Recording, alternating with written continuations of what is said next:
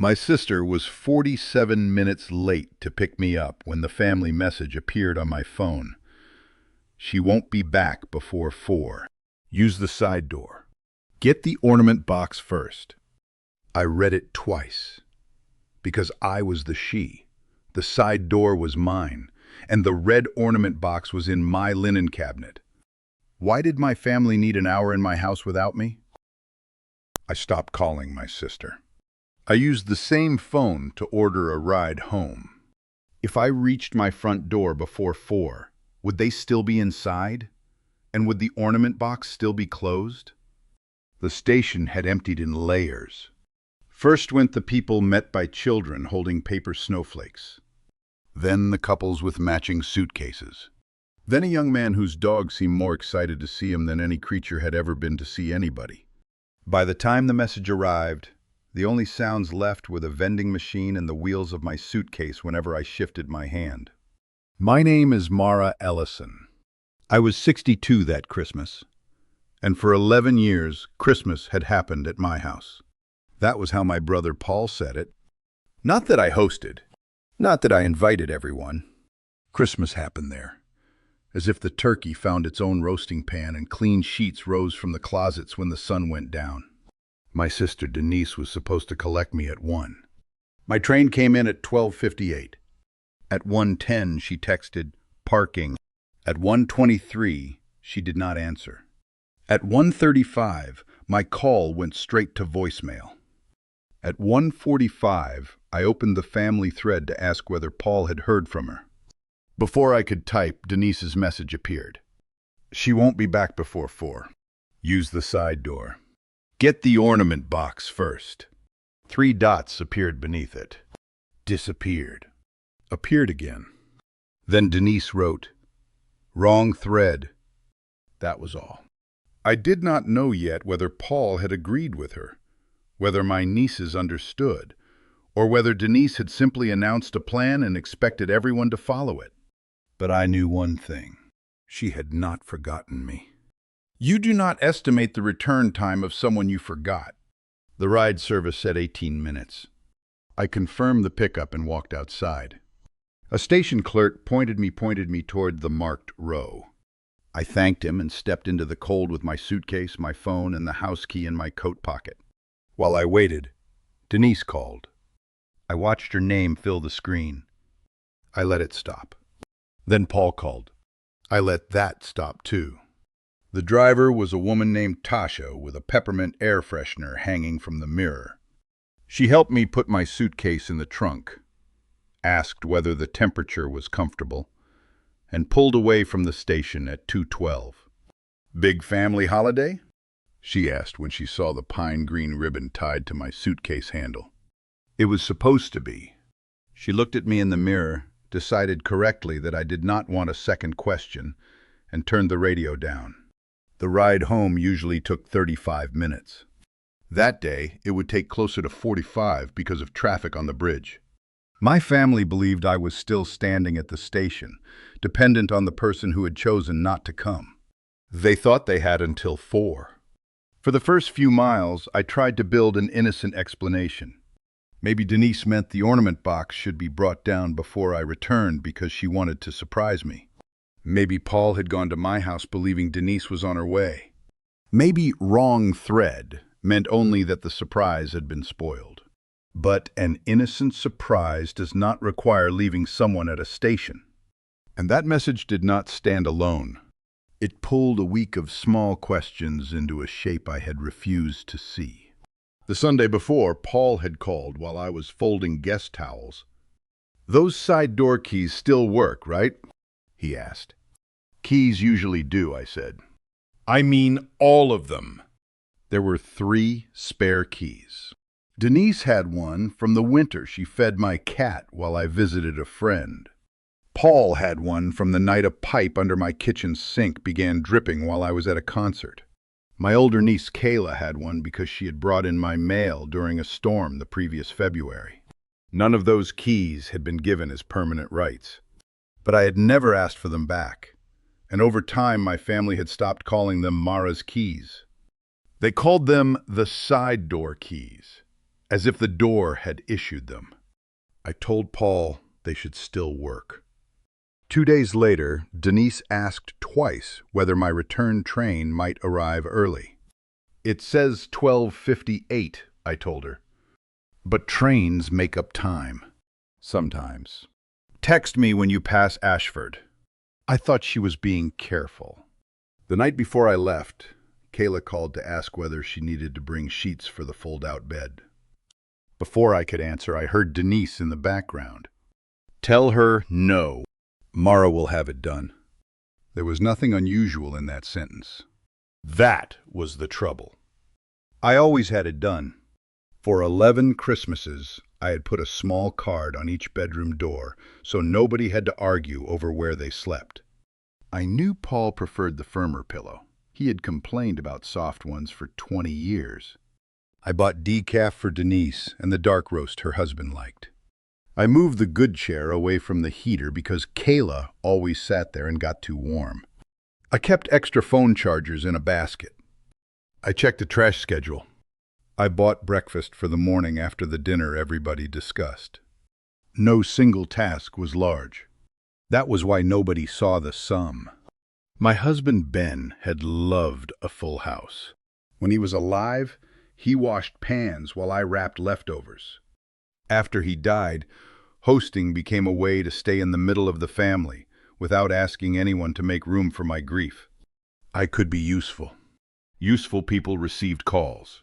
At least, I had believed they did. I looked down at Denise's message again. "Get the ornament box first." The box was red cardboard, softened at the corners and repaired with clear tape. It had no financial value. Inside were the ornaments our mother collected across 40 years. A wooden cardinal with one wing darker than the other, a glass bell, 4 painted walnuts, a silver star Paul made in 5th grade, and the crooked felt angel Denise once insisted looked exactly like her. When our mother moved into a smaller apartment, she marked most ornaments with our initials. The ones with P went to Paul. The ones with D went to Denise. The ones with M came to me. 6 had no initials. We had agreed to keep those together and hang them wherever the whole family gathered. Because the gathering had been at my house for 11 years, the box stayed in my linen cabinet. Denise had mentioned it in October. "The unmarked ones should rotate," she said. "We can talk about that at Christmas. You always say we can talk later when later means your house." I thought she was annoyed about an ornament. I did not understand that she had begun to see the box, the beds, and the house as things I controlled by being present. The traffic slowed near the bridge. My phone rang again. This time it was Kayla. I answered. "Aunt Mara, where are the extra pillowcases?" For a moment I could not speak. I could hear cabinet doors behind her and 2 people talking over each other. "Where are you?" I asked. "Your kitchen." "Who picked me up from the station?" Silence. Then Denise's voice in the background said, "Not that cabinet. The one by the hall." Kayla lowered her voice. "Mom said your train was delayed." "My train arrived on time." "Oh." It was a small word, but something changed inside it. Kayla was 29. She was not a child being used as a messenger, and I would not treat her like one. But I could hear the moment she understood she had entered my house under a story that was not true. "The pillowcases are on the top shelf in the guest room closet," I said. Habit answered before hurt could stop it. Then I added, "Put your mother on." Paul took the phone instead. "Mara, this is a mix-up." "Who is picking me up?" "Denise thought your train was late. She wrote that I would not be back before 4. He breathed out through his nose. Paul had done that since we were teenagers whenever facts made him feel cornered.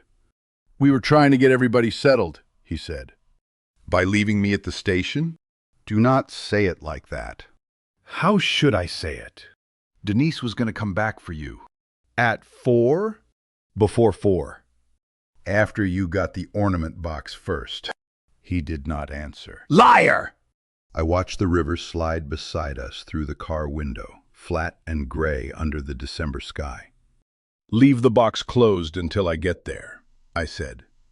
"Nobody is stealing anything." "Then leaving it closed should be easy." "You are making everybody uncomfortable." That sentence did more than his denial had done. He was not worried about where I was. He was worried that I had named what they were doing while they were doing it. "Leave it closed," I repeated, and ended the call. Tasha glanced at me in the mirror. "Everything okay?" "No," I said. "But I know where I'm going." That was the first honest thing I had said since leaving the station. My family had not always treated me as a supply closet with a pulse. Paul was 3 years younger than I was, and when we were children, he used to wait outside my classroom if rain started, because he knew I carried an umbrella. Denise was 6 years younger. I had taught her how to drive in the church parking lot after our father gave up and went home angry. There had been tenderness among us, real tenderness. That is what made the present harder to name. If a stranger uses you, you know where to place the wound. When family does it after decades of love, you search the past for evidence that you invented the love or invented the harm. I had invented neither. Paul could be generous and still prefer peace to truth. Denise could love me and still believe my resistance was an inconvenience to manage. Kayla could walk into my kitchen under a false story and then decide what to do once she knew. I could remember the good they had done without polishing what they were doing now. For years, I had taken the rough edges of their choices into my own hands until nobody else could feel them. As we left the bridge, I remembered a dinner 2 Christmases earlier. I had spent most of it in the kitchen because Denise kept bringing me empty serving dishes. "This needs more." "We are out of that." "Then put something else in it." Empty looks stingy. When I finally sat down, people were discussing a family photograph taken before dinner. Nobody had noticed I was not in it. Kayla had looked at the picture and said, "We forgot Aunt Mara." Denise answered, "She was doing what she loves." I had smiled. I did love feeding people. I did not love disappearing while I did it. That difference had seemed too small to interrupt Christmas over. So I let it pass. Small things pass easily when you are the only person carrying them. The driver turned onto Sycamore Street at 254. My house stood halfway down the block, a 2-story brick place with a narrow porch and a maple tree Ben had planted. 4 cars crowded the curb. Paul's blue SUV was angled into my driveway. The side door stood open. "You can stop here," I said. Then I saw Denise. She came around the side of the house, carrying the red ornament box against her coat. Paul followed her with my side door key still in his hand. They had heard me say to leave it closed. They had not misunderstood. "Actually," I told Tasha, "pull up to the walk." She did. I paid, added the tip, and got my suitcase from the trunk. My hands were steady until the handle clicked into place. Then they shook once. I waited for them to stop. Denise saw me first. The change in her face told me the ride home had done more than shorten their schedule. It had removed the version of me they were prepared to manage. Stranded, grateful when retrieved, entering a house they had already arranged. "How did you get here?" she asked. I rolled my suitcase to the bottom step. "Did you leave me at the station so you could take that box before I came home?" Paul looked toward the street. Kayla stood inside the side door with a stack of pillowcases in her hands. Denise held the box tighter. "Nobody left you," she said. "Your train came in early." "It came in at 12:58. The time printed on the ticket. "I was coming back." "Did you leave me there so you could take the box before I came home?" "The ornaments belong to all of us." "That was not my question." She looked at Paul. He looked at the key in his hand. Then Denise said, "We knew you would make a whole emotional event out of it." There it was. Denise said it as if she were explaining why she had moved a chair. Because I might object, my absence had been useful to her. You knew I would say no, I said. I knew you would delay. You always delay. Everything has to be discussed at your table on your schedule. So you changed my schedule. We were trying to have one calm hour before you started assigning rooms and worrying over every little thing. Behind her, the front door opened. My niece Kayla stepped onto the porch. Her husband remained inside, carrying their overnight bag.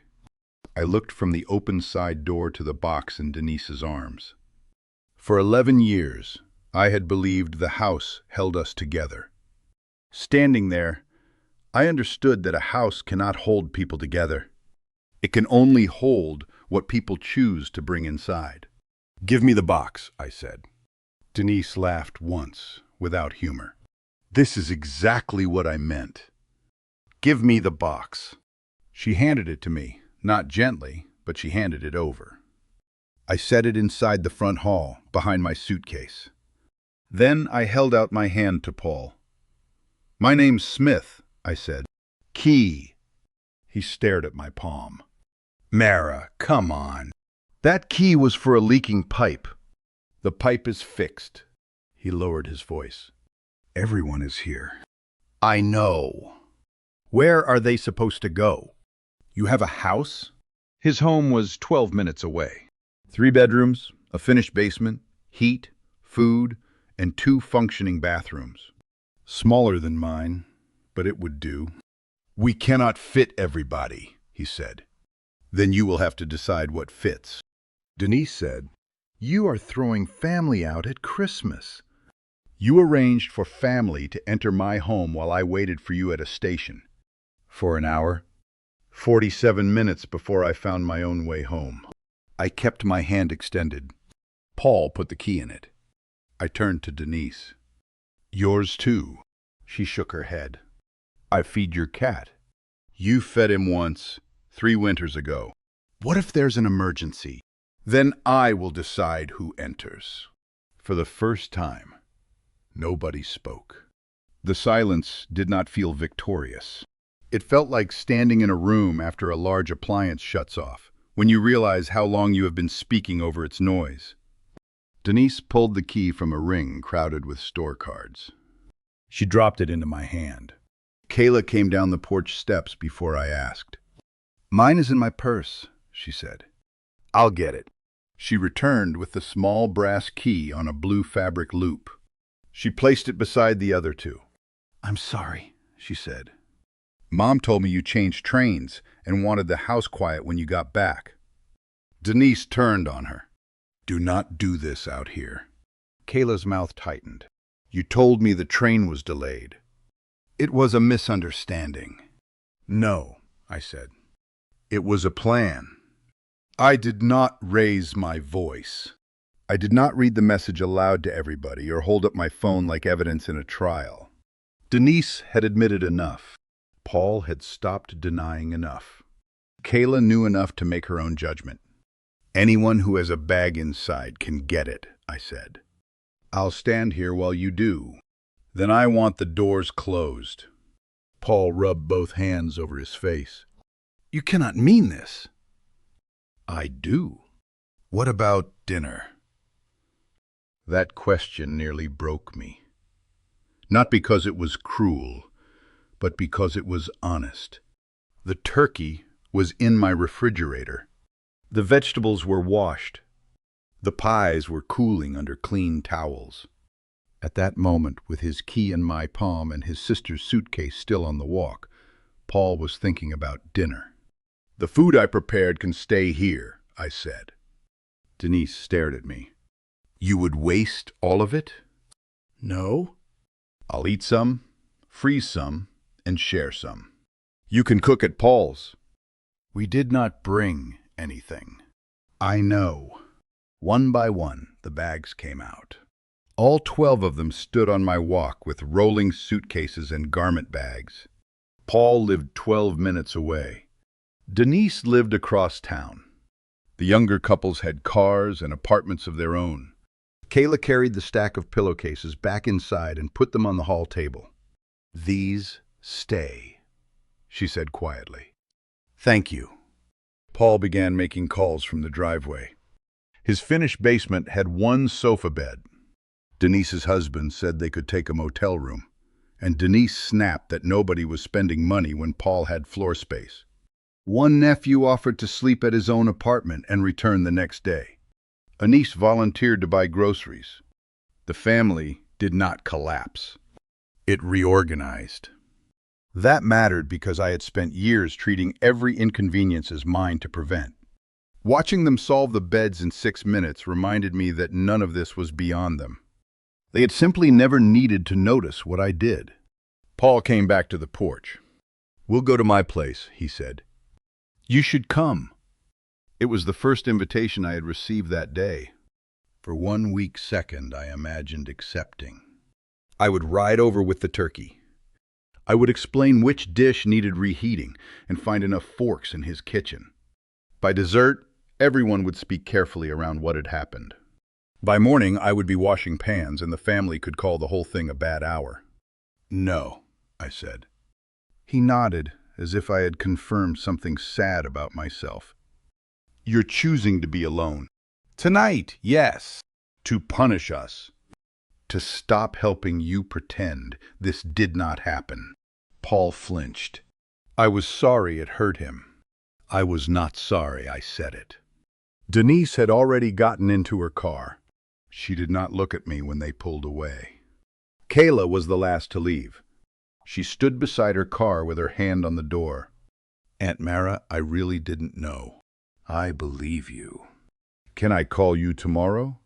"Call because you want to talk to me, not because everybody sends you." She nodded. Then the street was quiet. I carried my suitcase inside. The red box sat in the front hall, still closed. My house smelled of the orange peel and cloves I had simmered that morning before I left for my overnight trip to see an old friend. 12 place settings waited in the dining room. Small white cards stood against water glasses, each with a name in my handwriting. I walked around the table and collected them. Not dramatically. I did not tear them up or feed them to the fireplace. I stacked them in a drawer because they were pieces of cardstock, not enemies. In the kitchen, I opened the refrigerator. There was the turkey, ready for the oven. A bowl of green beans. 2 pans of rolls. Cranberry sauce. A lemon pie Denise liked, and a chocolate pie Paul liked. Nothing on the shelves had betrayed me. I did not need to destroy good food to prove I was hurt. I put the turkey in the oven. While it cooked, I went upstairs and stripped the guest beds. Halfway through the second room, I stopped. Nobody was coming. I sat on the edge of the mattress with a fitted sheet in my hands. The quiet I had demanded felt enormous now that I had it. For years I had told myself that I hosted because it brought me joy. That was true. But another truth sat beside it. After Ben died, I became afraid that if I stopped creating occasions, I would become optional. That fear made me easy to praise and easier to use. Nobody does Christmas like Mara. Mara remembers everything. Just ask Mara. She'll handle it. Compliments can become instructions if they are given often enough. I cried then. Not loudly. There was nobody to hear me, which felt terrible for about 5 minutes and peaceful after 10. When the kitchen timer rang, I went downstairs. I ate turkey and green beans at the end of the long table. I used the good plate. I poured sparkling cider into 1 glass. Across from me stood 11 empty place settings. And I realized the emptiness did not accuse me. It simply told the truth about who was there. At 8:15, Kayla called. "I wanted to talk to you," she said before I could ask. "All right." Behind her, I heard cabinet doors and several voices. "We're at Uncle Paul's. We had to make pasta because nobody knew what else would feed everyone." I pictured Paul's kitchen. He owned 1 large pot because I had given it to him. pasta feeds people, I said. Mom is furious. That belongs to her. Kayla was quiet. Uncle Paul asked who brought breakfast, she said. Nobody did. I almost laughed. Not because I wanted them hungry. They could buy breakfast.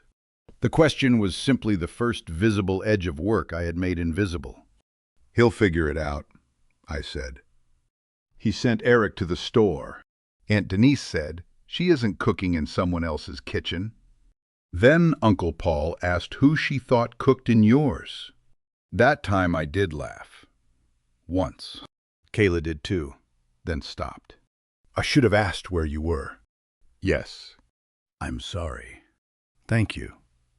I did not tell her it was fine. It was not fine. Accepting an apology does not require editing the past for the comfort of the person giving it. She asked about the box. Closed, I said. Are you going to divide the ornaments? Not this week. Okay. That okay mattered. It was the first time anyone in the family accepted my answer without turning it into an opening bid. After we hung up, I packed slices of pie from my neighbors, June and Elena. They lived 2 streets over and had been asking me for months to join their morning walks. I had always said no for practical reasons. Tuesday was linen day. Thursday was grocery day. Saturday I needed to start the stock. My calendar had been full of tasks performed for people who did not know the tasks existed. I texted June. Are you walking tomorrow? She answered before I set down the phone. 9 o'clock. Slow pace. Bring gloves. No questions. No request that I explain why I was suddenly available. The next morning was cold enough to make the inside of my nose sting.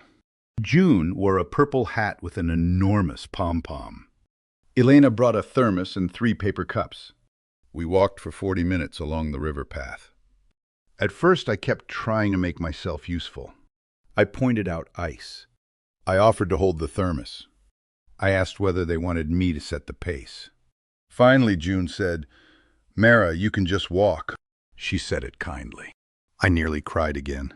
So I walked. On the day after Christmas, Paul called. I've been thinking, he began. Paul always announced thinking as though the rest of us should appreciate the labor. All right. Denise was wrong to miss the station. You were in my house. Yes. Did you know she was not picking me up? There was a long pause. I knew she wanted extra time. Did you know how she planned to get it? Not exactly. That was probably true in the narrow way Paul preferred truth. He might not have known she would ignore every call. He did know they were using my arrival time to enter before me. You knew enough to ask whether all 3 keys worked, I said. I did. Thank you for saying that.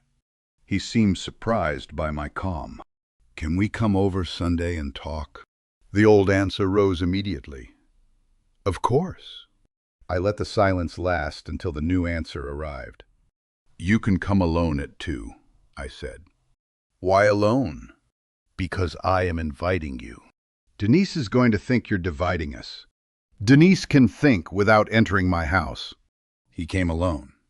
He rang the front bell instead of using the side door. He carried a bag of coffee and a loaf of bread. The gifts were ordinary, which helped. I did not need flowers large enough to erase a station. We sat in the living room. Paul apologized in pieces. First, he was sorry the day had gotten out of hand. I told him days do not have hands. Then he was sorry I felt left. I told him I did not feel left. I was left. Finally, he said, I knew Denise was delaying you. I told myself it was for an hour, and you would be mad either way. That was an apology I could use because it contained his choice. Why did you go along with it? He looked toward the hallway where the red box remained out of sight. Because she said you make us ask permission for everything. In my house? He gave a tired smile. It sounds different when you say it. It is different when you hear it. Paul had resented the room cards. Denise resented that I decided dinner time. Their spouses disliked asking where to put bags. None of them had said, "Mara, we want to share the work and decisions." Instead, they accepted the work, resented the decisions attached to it, and tried to remove me while keeping both the work and the place. "I don't want to host next year," I said. He looked startled. "Ever?" I said, "Next year." "Then what do we do?" "Decide together." "Will you help?" "I'll answer a question if I choose to. I won't organize it." He nodded slowly. When he left, he called from the porch to ask whether he could come by the following month. He did not assume. That was small. Repair often is. Denise sent her apology by text 3 weeks later. "I'm sorry you were stuck at the station. I should have communicated better." I read it and put the phone down. An hour later, she sent, "Are you going to answer?" I wrote, "I'm willing to talk when you can name what you chose, not only what happened to me." She did not reply for 2 months. In January, I invited June and Elena for soup. Then I invited a retired teacher from our walking group, a widower who lived around the corner, and Kayla. 6 people, including me. I almost set the whole dining table. Then I stopped at 6 bowls. June brought bread without asking whether it would offend me. Elena carried the bowls to the sink after dinner. Kayla asked before opening the cabinet for tea. Nobody praised me as if dinner had materialized. They said the soup was good. They asked who chopped the vegetables. When I said I had, June said she would do it next time. Next time. The words did not sound like an obligation. They sounded like a future. We began meeting on the 2nd Thursday of each month. Sometimes I cooked. Sometimes someone brought stew. Once the widower arrived with 6 baked potatoes and no plan for what went on them, so we opened my refrigerator and made a meal out of what was there. June talked too loudly on the phone. Elena was always 10 minutes late. Kayla sometimes canceled because of work. The widower told the same story about his first car twice in one evening. I sometimes oversalted the soup. Nobody fit neatly, and I stopped needing them to. When I looked around that table, I did not feel useful. I felt expected. Paul visited in February. He called the day before. He brought groceries, then took the empty bags with him. He did not mention the key. In March, he hosted a birthday lunch for one of his sons. He asked me to bring a salad. Only a salad. When I arrived, the table was set. The beds were irrelevant because nobody had been invited to sleep there. Paul had made a grocery list and forgotten ice. He went to buy it himself. Denise was present. She greeted me with a tight smile. We did not discuss Christmas in front of everybody. We ate lunch. I left after cake. Denise and I spoke only when she passed me the salad bowl. On the drive home, I felt relieved. Paul had set the table, bought the food, and cleaned his own kitchen. I had brought 1 dish. Denise and I had shared a room without pretending Christmas never happened or forcing an answer before either of us had one.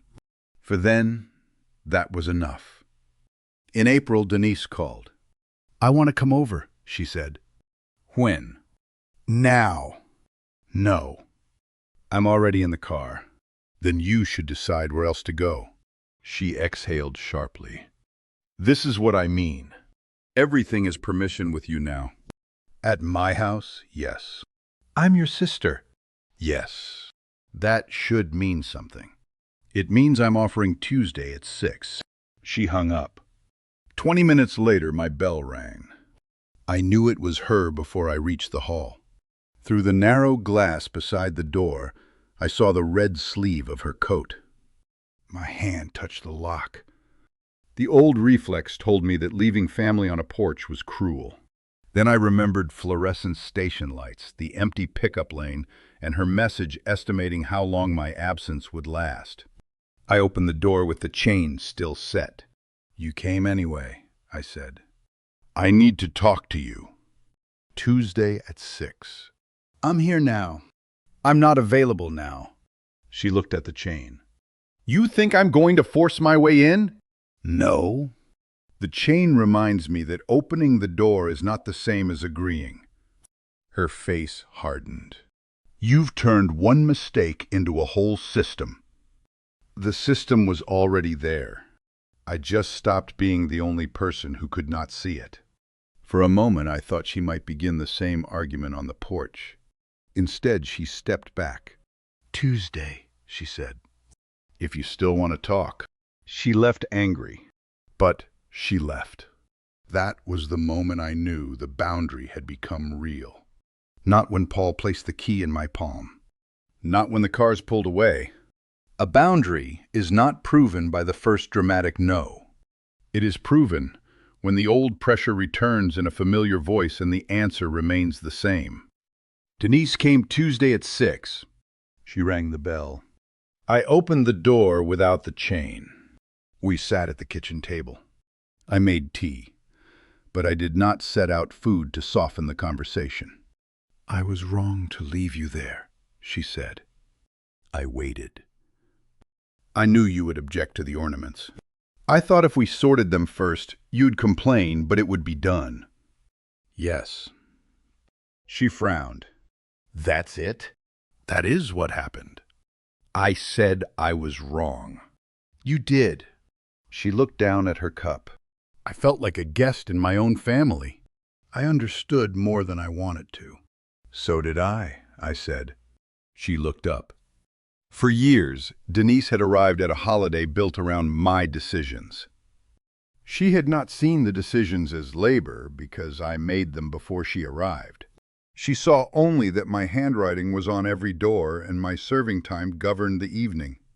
Her resentment was real. Her solution was still wrong. You could have asked to host, I said. You would have said I don't have room. You don't have room for 12 overnight guests. See? You have room for dinner. Or 6 overnight guests. Or a different kind of Christmas. But you did not ask us to build something different. You arranged to use mine without me. She turned the cup between her hands. I don't know how to fix it. You don't fix it in one night. What do you want? That question used to make me produce a task list.